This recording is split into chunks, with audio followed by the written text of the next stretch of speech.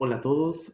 En el día de hoy, en esta semana, vamos a comenzar un nuevo tema de la materia, que es enzimología clínica, en donde vamos a estudiar entonces fundamentalmente a las enzimas y cómo se alteran estos analitos en distintas patologías de importancia clínica. Para ello vamos a tener que recordar algunos conceptos que hemos visto en materias anteriores, como en química biológica, biología, y en la clase de hoy vamos a retomar algunos de esos temas que van a ser importantes para el desarrollo de la materia y vamos a comenzar después eh, el tema propiamente dicho, retomando el concepto de isoenzimas que habíamos comenzado a hablar en química biológica. Eh, Inicialmente entonces vamos a comenzar definiendo a la enzimología clínica y su importancia, ¿no?, en la clínica, importancia de las enzimas en la clínica. Para ello, bueno, vamos a decir que la enzimología clínica estudia los cambios en la actividad de las enzimas en líquidos biológicos, fundamentalmente en muestras de suero plasma, pero también en otros líquidos como líquidos de punción, que vamos a ver el año que viene, siendo su origen predominantemente intracelular, es decir, estas enzimas en la mayoría de los casos están dentro de la célula y su actividad aumentada en el plasma nos asocia a un daño tisular en particular, un daño celular, ¿no? Cuando la célula se necrosa, entonces libera su contenido al intersticio y de ahí entonces fluye al plasma de donde nosotros podemos evaluar este incremento en la actividad de las enzimas. Bueno, y en condiciones fisiológicas están presentes solo, fíjense ustedes, en bajas concentraciones que tienen que ver con una tasa generalmente de recambio celular, ¿sí? Cuando las células mueren, ¿sí?, fisiológicamente, bueno, este recambio celular generalmente eh, eleva o tiene un valor definido de enzimas en el plasma sanguíneo y cuya actividad aumentada nos va a indicar entonces un daño mayor en el tejido y lo va a relacionar entonces con un problema patológico o con un proceso fisiopatológico que está ocurriendo en ese paciente. A las enzimas nosotros las vamos a incluir dentro de lo que llamaremos después perfiles enzimáticos, que vamos a hablar de varios de ellos, que seguramente ustedes ya conocen, el perfil hepático, por ejemplo, el perfil cardíaco o también el perfil pancreático, ¿sí? Entonces vamos a ir hablando de distintas enzimas y cómo estas nos van a dar idea entonces de distintas alteraciones orgánicas fundamentalmente. Entonces, como decíamos, nos permite inferir sobre la localización y la naturaleza de los cambios patológicos en los diferentes tejidos de origen. O sea, vamos a ver que si una enzima en particular se altera, o sea, aumenta su actividad catalítica en la sangre, eso nos va a hacer referirnos a nosotros a un tejido en particular, y entonces vamos a estar asociando a que el daño que está ocurriendo en ese tejido es el que seguramente estará implicado en el proceso fisiopatológico que tiene el paciente. Bueno, estudia el valor pronóstico, diagnóstico de las determinaciones bioquímicas, enzimáticas en distintos materiales biológicos. Entonces, es importante porque también parte de la enzimología clínica estudiaría entonces la utilidad de la medida de estos analitos en distintas muestras biológicas en cuanto a la utilidad clínica, ¿sí? ¿Para qué me sirve? Estaré hablando entonces de que si su actividad catalítica está aumentada en ciertas circunstancias, estará hablando de un peor o un mejor pronóstico en el paciente, o estaremos hablando de que su actividad biológica aumentada me estará hablando entonces de un diagnóstico certero, ¿no?, de la patología que tiene el paciente. Bien, ¿cuáles son las propiedades que tienen las enzimas? Esto ya lo hemos charlado en materias anteriores. Son catalizadores de origen biológico, o sea que son biocatalizadores. En cuanto a su estructura es compleja, en su mayoría son proteínas, y nosotros todas las enzimas que vamos a estudiar son proteínas. Tienen propiedades catalíticas propias y tienen algo que nosotros sabemos que tienen las enzimas, que es la elevada especificidad. ¿Por quién? Por su sustrato, ¿sí? cumplen una función biológica determinada que tiene que ver entonces con un proceso metabólico o una ruta metabólica en particular donde está ubicada la enzima. Y podemos clasificar a la enzima según de una forma sistémica en cuanto a su función catalítica. Recordarán ustedes que habíamos hablado entonces de oxidorreductasas, ligasas, liasas, transferasas, etc. O según la clínica, ¿sí? Que será la clasificación que nosotros vamos a estudiar más adelante, que es la de Bucher, ¿sí? Bien, acá simplemente vamos a ver el concepto de la actividad catalítica que tienen las enzimas. Nosotros habíamos hablado de que si esto es un diagrama de energía potencial en función del avance de la reacción, de una reacción química cualquiera, y entonces para que los reactivos se transformen en productos, fíjense que tienen que pasar por una montaña que nosotros llamamos a esto energía de activación, ¿sí? Esta energía de activación es la que hace disminuir la presencia de una enzima. Fíjense que acá estamos hablando de acción catalizada con la enzima, en donde la energía de activación, ¿sí? Que es esa energía necesaria que deben pasar los reactivos para transformarse en productos, está totalmente disminuida con respecto a la reacción sin catálisis enzimática gracias a la presencia de las enzimas. Entonces, las enzimas son catalizadores biológicos que hacen como consecuencia disminuyen la energía de activación en la reacción de pasaje de los reactivos a productos, ¿sí? Y eso lo hace de tal manera de que la enzima al final del proceso no se consume, es decir, yo puedo capturar, puedo obtener nuevamente la enzima luego de que haya ocurrido la reacción, porque la enzima no interviene directamente en la reacción química, sino que simplemente acelera, ¿sí? Aumenta la velocidad de la transformación de reactivos a productos, ¿sí? Pero íntimamente la enzima no interviene en la reacción química que va a ocurrir para que los reactivos se transformen en productos. En el diagrama de la derecha vemos lo mismo, proceso, estado de transición, energía libre de activación, sin y con enzima. Fíjense, con enzima entonces disminuye la energía de activación. Bueno.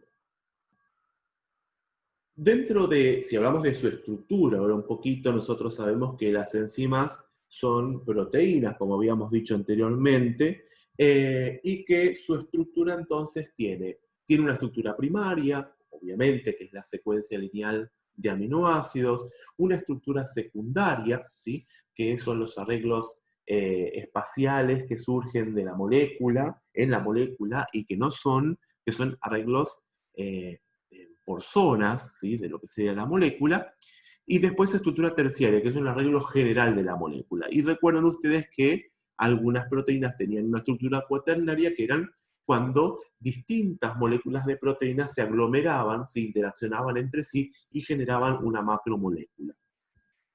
Entonces acá vemos, ¿sí? Dímeros, tetrámeros, trímeros, etc., y arreglos mucho más complejos, en donde hablamos de una estructura cuaternaria. Y acá vemos entonces lo que serían la estructura primaria, la secuencia lineal de aminoácidos, la estructura secundaria, los arreglos espaciales locales, y después la estructura terciaria, que es el arreglo general de la molécula de proteína. Si hablamos un poquito de los constituyentes de la enzima, entonces la enzima o holoenzima, que es la enzima total, la enzima activa, funcionante, está formada por dos partes. La parte proteica, que es la termolábil, porque dijimos que el calor desnaturaliza las enzimas, desnaturalizan las proteínas en realidad, y como las enzimas son proteínas, también desnaturalizan las enzimas. Esta parte proteica se llama apoenzima, y la parte no proteica, ¿sí? Se llama, que es la termoestable, ¿sí? Es la que nosotros vamos a ver que pueden ser los cofactores, coenzimas o los grupos prostéticos. Si hablamos de cofactores y coenzimas, tenemos uniones covalentes débiles entre ellos y la enzima, o los grupos prostéticos tenemos uniones covalentes mucho más fuertes, ¿sí? Y ahora vamos a ver ejemplos de cada uno de ellos. Fíjense entonces que si hablamos de cofactores, siempre que hablamos de cofactores estamos hablando de iones metálicos en la mayoría de los casos, no siempre, pero fíjense, iones metálicos de calcio, magnesio, cobre, molibdeno, manganeso, ¿qué más? Níquel, selenio, fíjense, potasio, hierro, ¿sí? Hierro para la hemoglobina, por ejemplo. Fíjense que son iones esenciales, son estructuras no proteicas, que pueden ser iones que son activadores cuando se unen débilmente, o iones metálicos de metaloenzima. Las metaloenzimas son enzimas que tienen metales, como por ejemplo la fosfatasa alcalina, ¿sí? La glutatión peroxidasa, ¿sí? Entonces son enzimas que necesitan de la presencia de estos cationes divalentes generalmente en su estructura para el funcionamiento adecuado de la enzima. Perdón.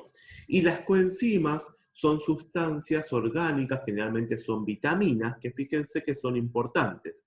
La coenzima acá para una determinada enzima es el piridoxalfosfato, que, fíjense, ejemplo de grupos químicos transferidos, se le transfiere un grupo amino a este piridoxalfosfato, que es el cofactor de la enzima. Generalmente estos se utilizan, por ejemplo, en reacciones de transferencia, por ejemplo, en las transaminasas, necesitamos piridoxalfosfato, que va a captar inicialmente el grupo amino que luego lo va a transferir a otra molécula. Y fíjense que el precursor que nosotros consumimos en la dieta para tener el piridoxalfosfato es la piridoxina, que es la vitamina B6. Bueno, y acá tienen entonces un ejemplo de la SAT, ¿no? En donde fíjense que se transfiere entonces el grupo amino del aminoácido de un sustrato a otro sustrato previo, fíjense, el piridoxalfosfato es el que va a tener ese grupo amino inicialmente y luego se va a transferir, acá lo vemos bien, acá está el piridoxalfosfato, previamente, acá tenemos los aminoácidos, ¿no? Este se transfiere a este otro. Entonces, previamente, fíjense que acá tenemos el piridoxalfosfato sin sin el grupo amino, y acá tenemos con el grupo amino, se ha transferido previamente y después nuevamente se transfiere a otro sustrato. Fíjense que acá, ahí está el ácido aspartico, la asparagina, y acá tenemos el ácido glutámico, la glutamina. Entonces, primero se transfiere en una reacción el grupo amino al cofactor, y en una segunda reacción el cofactor transmite ese grupo amino a otra molécula generando el producto. Acá tenemos otra coenzima que es el NAD, entonces acá tenemos la estructura del NAD, este es la coenzima para la LDH o la lactato deshidrogenasa, en donde tienen que el lactato se transforma en piruvato, y fíjense que en esta reacción, para un lado o para el otro, dependiendo de lo que se genera, el NAD, la especie oxidada, fíjense que acá tienen el dibujito de la molécula, va a pasar entonces a la forma reducida con un hidrógeno de más, que lo vemos acá, ¿sí? Como consecuencia de la transformación del lactato a piruvato. Y al revés, si la reacción ocurre en el sentido contrario, el NAD reducido pasa al NAD oxidado, mientras que el piruvato pasa al lactato. Como esta reacción es una reacción de equilibrio, esta enzima entonces gobierna la catálisis de ambas reacciones, del lactato a piruvato y de piruvato a lactato. Pero para ello necesita el cofactor, ya sea el NAD o el NAD reducido. Bien, vamos a hablar entonces de estos conceptos que nosotros habíamos charlado en clases anteriores, ¿recuerdan? Donde habíamos hablado del concepto de isoenzimas. Bueno, estructura del gen, estructura y origen de las enzimas. Para eso vamos a hablar de los genes. Entonces, definimos a las isoenzimas. Si hablamos de distintas formas de presentación de las enzimas, tenemos las isoenzimas, propiamente dichas, que fíjense, son enzimas que vienen de diferentes genes estructurales, que son híbridos de subunidades distintas, ¿sí? O sea, híbridos quiere decir cuando se forman distintas, cuando una enzima se forma a partir de distintas subunidades, ¿sí? Entonces, son híbridos de subunidades distintas, después vamos a ver ejemplos, o son variantes alélicas, ¿sí? Hablamos de isoformas, ¿sí? Distintas formas de la enzima cuando tenemos arreglos post-traduccionales, es decir, después de la traducción del ARN a la proteína. Fíjense, hay conjugados o derivados proteicos, desaminaciones, oxidaciones, fosforilaciones, tenemos formas conformacionales diferentes, arreglos conformacionales diferentes de la proteína, o sea, de la enzima, o polímeros de una única subunidad que se forman varias veces, ¿sí? Entonces, estas son las isoformas. Recuerden, isoenzimas entonces tienen que ver con genes distintos, ¿sí? Ubicaciones estructurales, ubicaciones de los genes en cromosomas distintos, o en lugares distintos, o en alelos distintos. Isoformas habla de estructuras post-traduccionales, arreglos post-traduccionales que tiene la proteína, ¿sí? Y lo último que vemos son las macroenzimas, que son formaciones mayores, con mayor peso molecular, en donde la enzima se une a otra cosa. Fíjense, formación de complejos de mayor peso molecular y tiempo de vida media de la enzima mayor a la normal, ¿sí? Eso es importante, ¿sí? Cuando hay macroenzimas, se van a ver aumentados esos valores de enzimas en la circulación, y tiene que ver tiene que ver esto con la presencia de las macroenzimas, porque al haber una macroenzima, el tiempo de vida media de las enzimas aumenta, porque se depura más lento, ¿sí? O el clearance de la enzima disminuye. ¿Con qué se pueden unir? Fíjense, tenemos macroenzimas de tipo 1 cuando se unen a inmunoglobulinas, o macroenzimas de tipo 2 cuando se unen a otras estructuras, como por ejemplo pueden ser lipoproteínas, ¿sí? Bien. Esto lo vamos a pasar muy rápido: la actividad enzimática, la cinética enzimática, que es la disciplina que se encarga de estudiar el mecanismo de una reacción química catalizada enzimáticamente, en donde este es un modelo viejísimo que se utilizaba para explicar el mecanismo de acción de las enzimas, en donde se hablaba de un juego llave-cerradura, en donde decíamos que la enzima, bueno, tiene su sitio activo, en donde con alta especificidad se une a su sustrato. Fíjense que encaja justamente en ese bolsillo de la enzima, sufre la transformación luego de formarse el complejo enzima-sustrato, como lo vemos acá abajo, y luego entonces la enzima libera a los productos, entonces quedando la enzima libre para volver a reaccionar con otra molécula de sustrato idéntica. Por eso decimos que la enzima siempre se recupera al final de la reacción, porque no interviene directamente en el mecanismo o en la reacción. Lo único que hace es disminuir la energía de activación que conduce a la formación de los productos a partir del sustrato. Bien.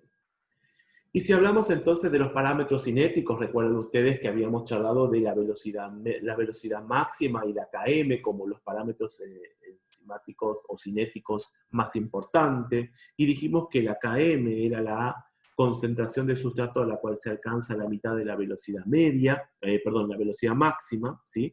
Y también dijimos que a mayor Km, menor afinidad de la enzima por el sustrato.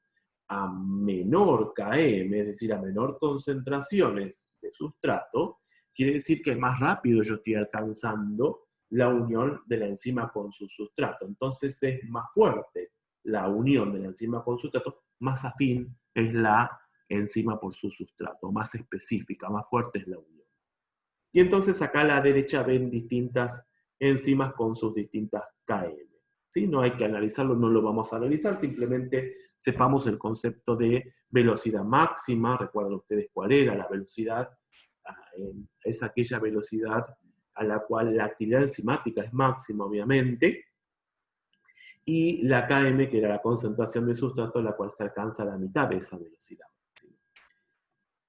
Estos son otros parámetros que nosotros no vamos a utilizar, pero tienen que ver entonces con la posibilidad de rectificar a esta ecuación de Michaelis y a esta forma sigmoide, no sigmoide, sino a esta forma particular que tiene el gráfico entonces de la actividad enzimática, y que podemos sacar otros parámetros a partir de estos gráficos, pero nosotros no los vamos a analizar en este caso. Bien, ¿cuáles son las formas de presentación entonces de una enzima? Están las enzimas simples, ¿sí? Que catalizan una reacción única, y se encuentran separadas físicamente del resto de las enzimas. Es decir, una enzima sola, que cataliza una reacción. Está confinada generalmente en una organela citoplasmática o en el citoplasma simplemente, pero ella sola trabaja y reacciona ante la presencia de un sustrato generando un producto. Después tenemos los complejos multienzimáticos, que son agregados de muchas enzimas que están interaccionando constantemente, porque el producto de una es el reactivo para la enzima siguiente y así sucesivamente. Y todas están aglomeradas y juntas y trabajan juntas, por así decirlo. Fíjense, están formadas por varias enzimas unidas físicamente y cada una de ellas catalizan una etapa de una reacción compleja. Varias enzimas se unen por fuerzas no covalentes y forman un gran complejo que catalizan reacciones sucesivas en una vía metabólica, y eso es lo que hay que subrayar, ¿sí? Estamos hablando acá de una ruta metabólica, en donde las enzimas todas actúan una junto con otras. Y enzimas multifuncionales, fíjense que son proteínas con varios centros activos, cada uno de los cuales cataliza una única reacción, que forma parte de un proceso metabólico, para diferenciarlo de las anteriores. Una sola cadena polipeptídica se pliega de tal forma que da origen a varios centros activos, lo que permite catalizar varias reacciones sucesivas, pero en una sola enzima, porque la única enzima tiene varios sitios activos. Esa es la diferencia con respecto a la anterior. La anterior son varias enzimas conectadas. Para hablar un poquito más en detalle, que nosotros no vamos a profundizar mucho, simplemente tienen que saber que las enzimas tienen distintas nomenclaturas. Fíjense, la abreviatura que nosotros conocemos, LDH, gamma-GT, gamma-glutamiltraspeptidasa, AST o GOT, van a tener que aprender la nomenclatura en AST y GOT, porque yo voy a trabajar indistintamente con cualquiera de las dos y ustedes me van a tener que comprender. ALT o GPT, CPK o CK o fosfocreatinquinasa, como quieran llamarla, ALP o fosfatasa alcalina, FAL, ¿sí? Y AMI o amilasa. Fíjense que la nomenclatura generalmente está dada por un par de letras o 3 letras, ¿sí? Que van a definir el nombre. La recomendada es el nombre completo. Fíjense que dice para la LD o LDH es lactato deshidrogenasa, para la gamma-GT es gamma-glutamiltraspeptidasa y así sucesivamente. Fíjense, aspartato aminotransferasa o alanina aminotransferasa, ¿sí? ALT. Y después tenemos la sistemática. En la sistemática habla de la reacción que catalizan. Fíjense, L-lactato, NAD, óxido reductasa, por ejemplo, ¿sí? Y así sucesivamente. Fíjense, por ejemplo, si hablamos de la ST, tenemos la L-aspartato, o sea, L-ácido aspartico, ¿sí? El isómero L, 2-oxoglutarato aminotransferasa. ¿Sí? Habla de toda la reacción que cataliza la enzima. Y la otra, que no vamos a estudiar nosotros, que es la numérica, pero quiero que sepan que existe, es cómo se define una enzima. Fíjense que empieza por la letra EC, o sea, la sigla EC, y después tiene un número, que ese número ubica a la enzima según una sistemática determinada, ¿sí? En donde cada número determina una clasificación y subclasificación de esta enzima que estamos hablando. ¿Está bien? Nosotros nos quedamos con estas nomenclaturas, ¿sí? Que son las que vamos a trabajar nosotros o que yo les voy a pedir o son las que necesitamos trabajar en el laboratorio. Bien, actividad y cantidad de enzima. Entonces, la actividad aumentada o disminuida de una enzima en el plasma sanguíneo o en el suero del paciente me habla de una distinta función de la enzima. A mayor cantidad de enzima, mayor actividad, obviamente, ¿sí?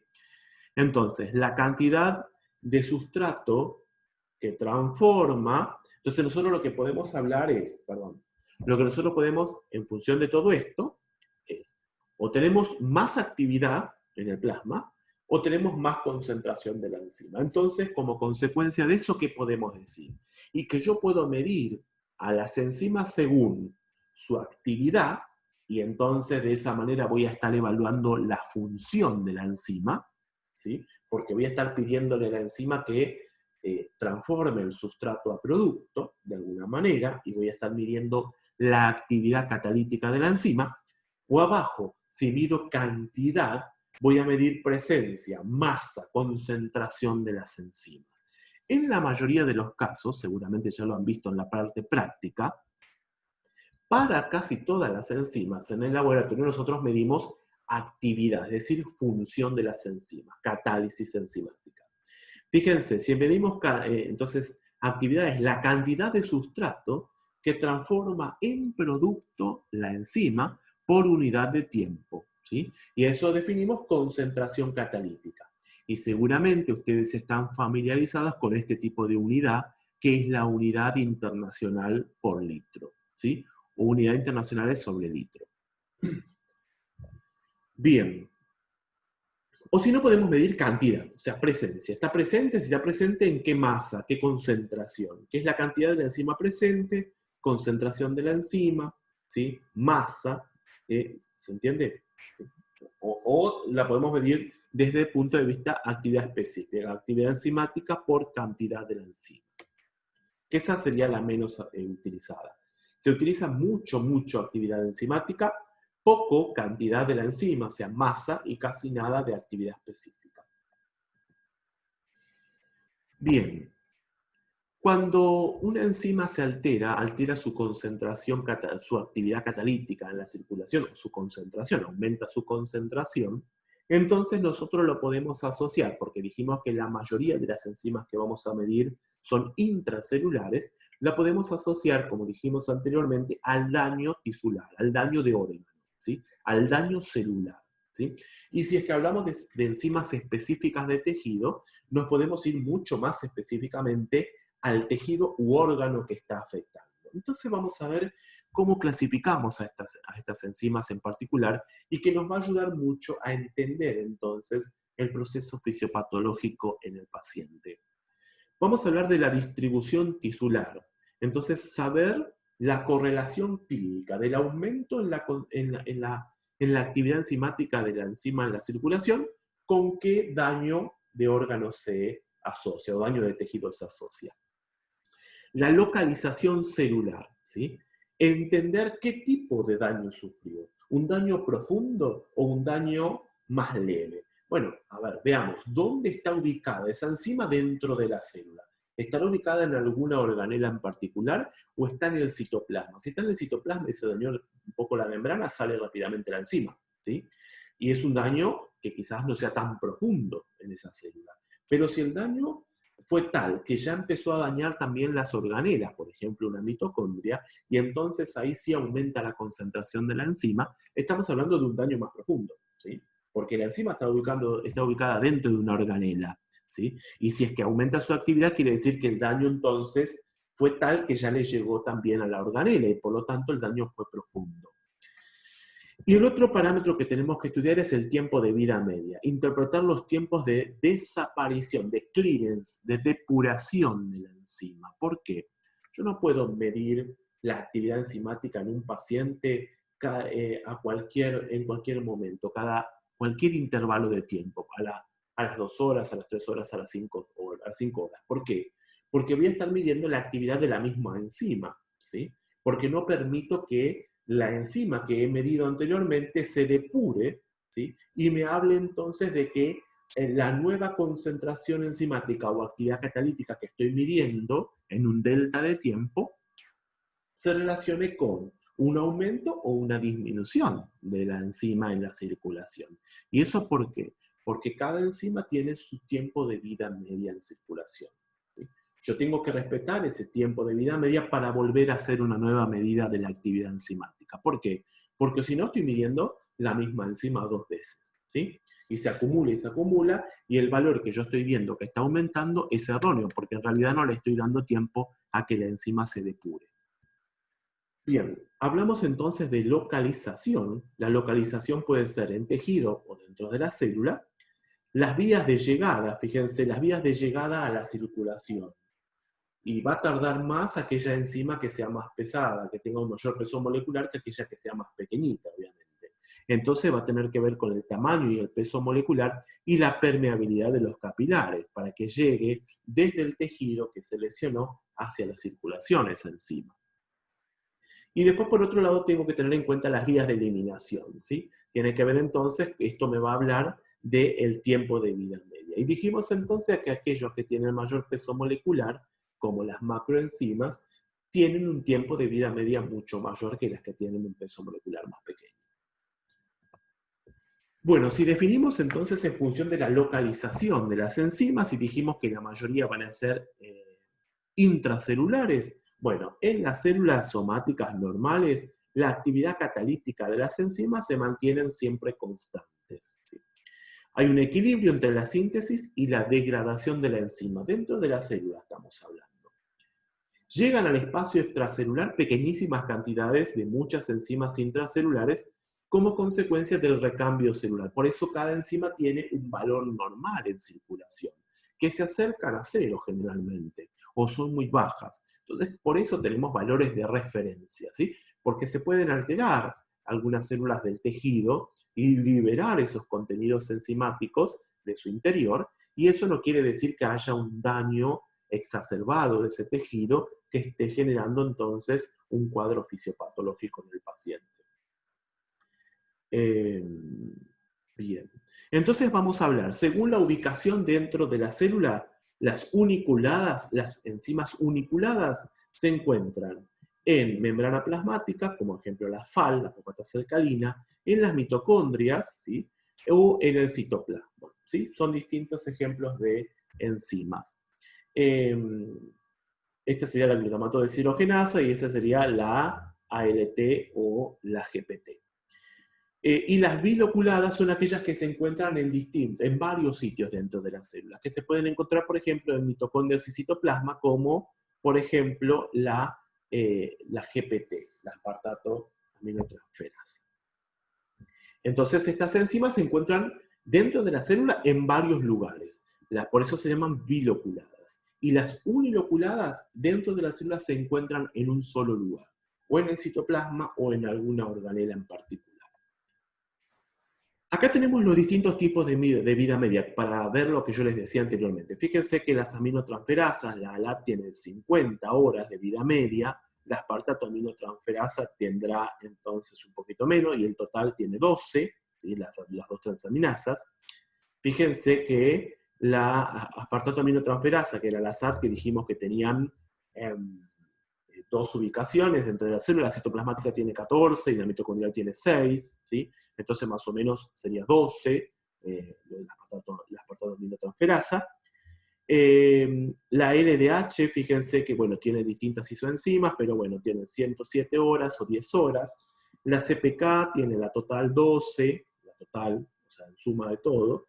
Y después tienen sus distintas isoenzimas, MM, MB y BB, que después lo vamos a hablar. Fíjense los tiempos de vida media. Lo mismo que para la fosfatasa alcalina.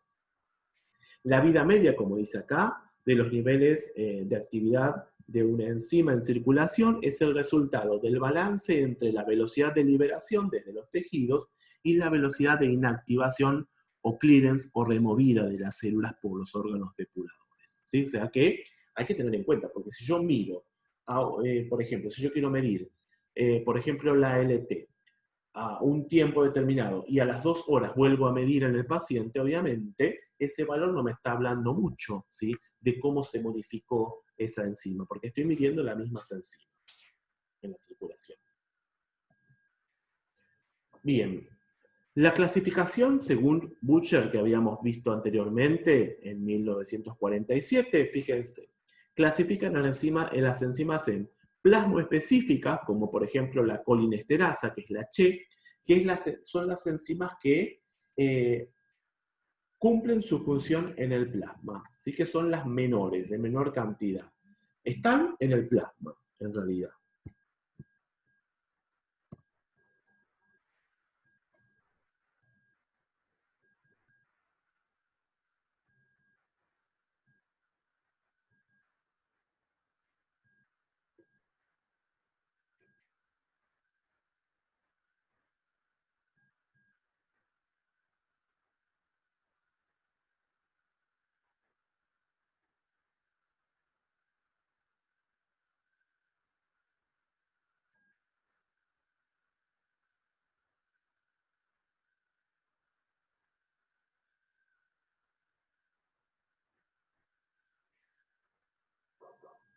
¿Por qué hincha pelota?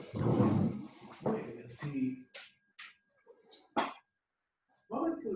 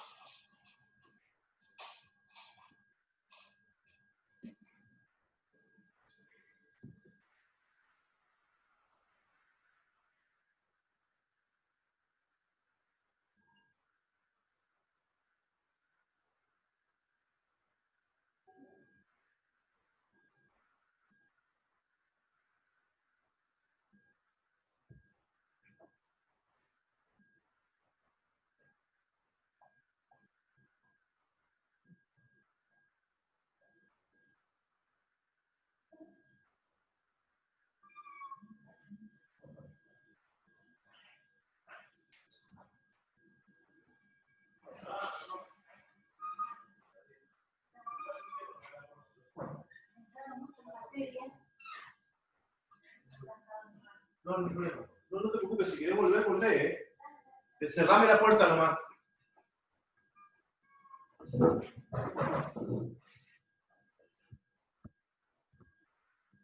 Perdón, continuamos. Ah, se me fue la presentación.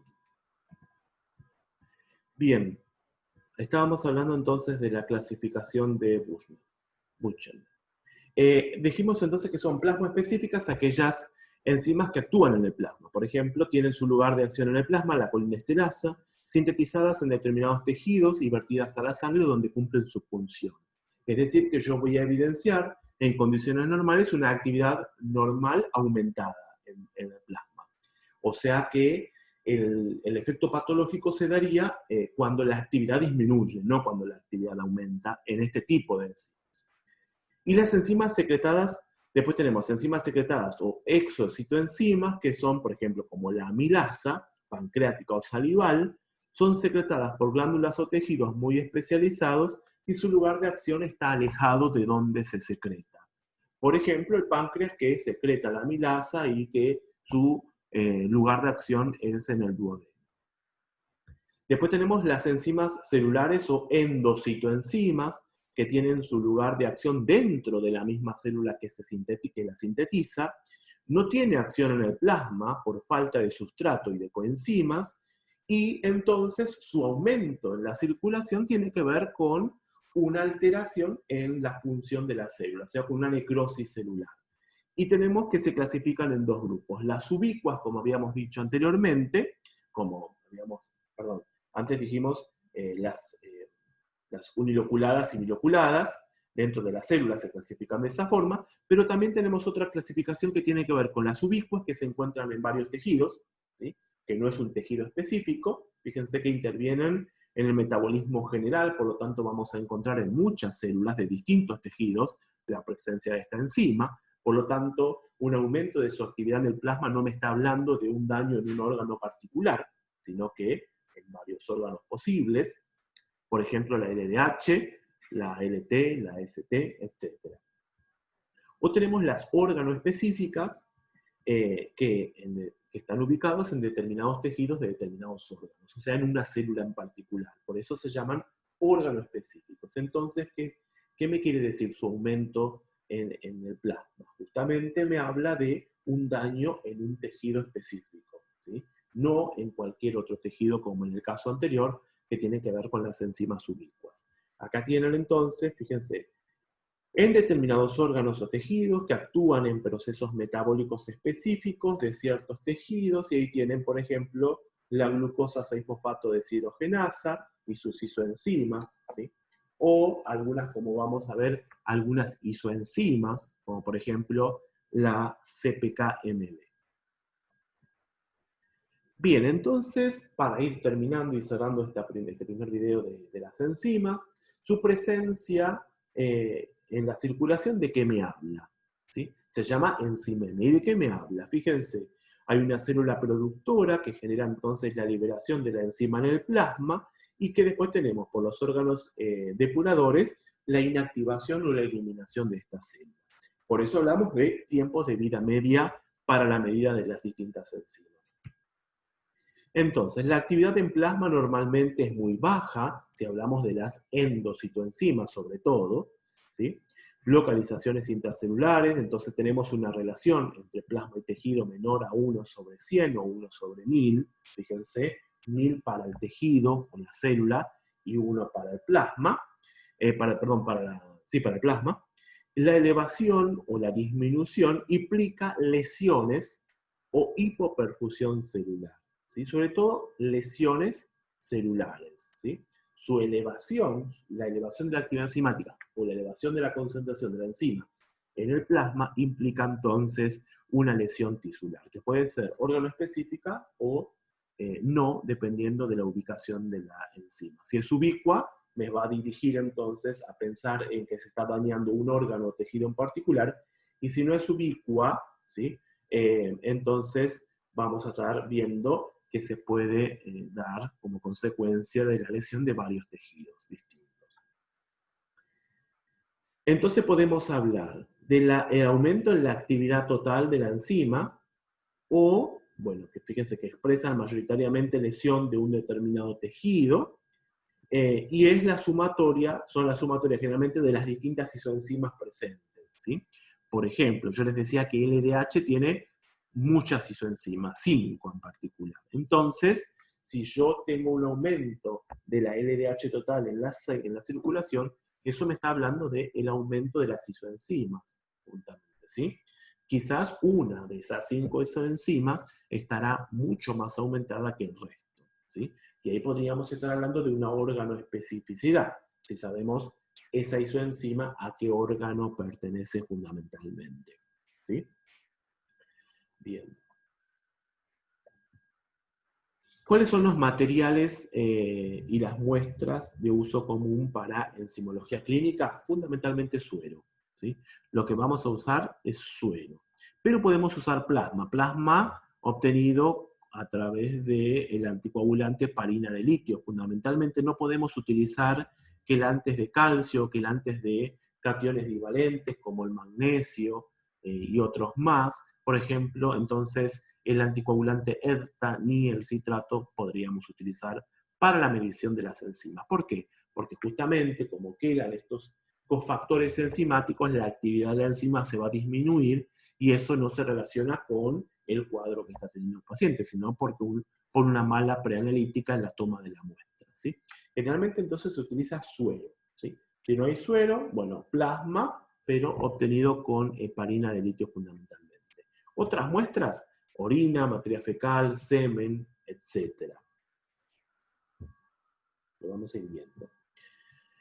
¿Cuáles son los factores que afectan a la enzimemia, es decir, la concentración de enzima en la sangre? El daño tisular, como dijimos anteriormente, metabólico y o estructural, el daño de la célula, el número de células productoras, cuando aumenta mucho, por ejemplo, en una neoplasia, aumenta mucho un tejido como consecuencia de la proliferación celular, entonces aumenta la enzima en la circulación. Síntesis alterada, inducción u obstrucción, ¿sí? hay aumento o disminución de la conservación de la enzima, activación o inhibición de la actividad catalítica y otras, por eso son iatrogénicas, ¿sí? Por ejemplo, los órganos fosforados, que yo le había contado en la clase en química biológica, que inactivan a la colinesterasa, por ejemplo. Entonces ahí, como la colinesterasa es una enzima plasmoespecífica, en los pacientes que han sufrido intoxicación con órganos fosforados, la actividad de esta enzima, si yo la mido, va a estar disminuida en lugar de estar aumentada. ¿Por qué? Porque lo normal es encontrar una alta actividad enzimática en el plasma. Pero si está inhibida por la acción de estos órganos fosforados, yo voy a medir una disminución en la actividad enzimática. Y eso me va a asociar a una intoxicación con órganos fosforados. ¿Con qué fin determinamos a las enzimas? Con el conocimiento fisiopatológico. Vamos a ver qué valor nos entrega el aumento o la disminución de la enzima en un cuadro fisiopatológico, en un contexto de una patología que tiene el paciente. ¿De qué manera lo hacemos? Bueno, por procesos estandarizados, ¿sí? Ya les dije, la unidad de medida para las enzimas es la unidad internacional por litro o la concentración, miligramos, nanogramos, etcétera, por unidad de volumen. Bien, y por último entonces, para aumentar el conocimiento fisiopatológico de la presencia de la enzima en los líquidos biológicos, se determinan entonces a las enzimas, por masa o por actividad, dijimos, ¿no? Pero requiere de un proceso de estandarización, como dijimos anteriormente, un método que esté validado, ¿sí? Un instrumental químico, un instrumental validado, ¿sí? Con calibradores y controles específicos. Entonces, ¿para qué yo necesito que esto sea así? Para que los métodos de medidas específicos sean relacionados y puedan medir adecuadamente el valor entonces que yo voy a informar al médico. ¿Cómo logro entonces un acuerdo interlaboratorio en la medida de la actividad enzimática? Mediante controles internos y externos del laboratorio, mediante la interpretación médica, ¿sí? De ese dato clínico que yo le voy a dar, le voy a decirle que la enzima está aumentada o está disminuida o está normal, y también ante la expresión de los valores de referencia. Recuerden que los valores de referencia para las enzimas van a cambiar según el método que se utilice para medir la enzima, por eso hay que indicar el método utilizado, y según la edad de los pacientes y el sexo, ¿sí? Entonces, hay valores de referencia que hay que indicar al lado del valor hallado para el paciente. Bien, hasta acá la primera parte. Seguimos más tarde.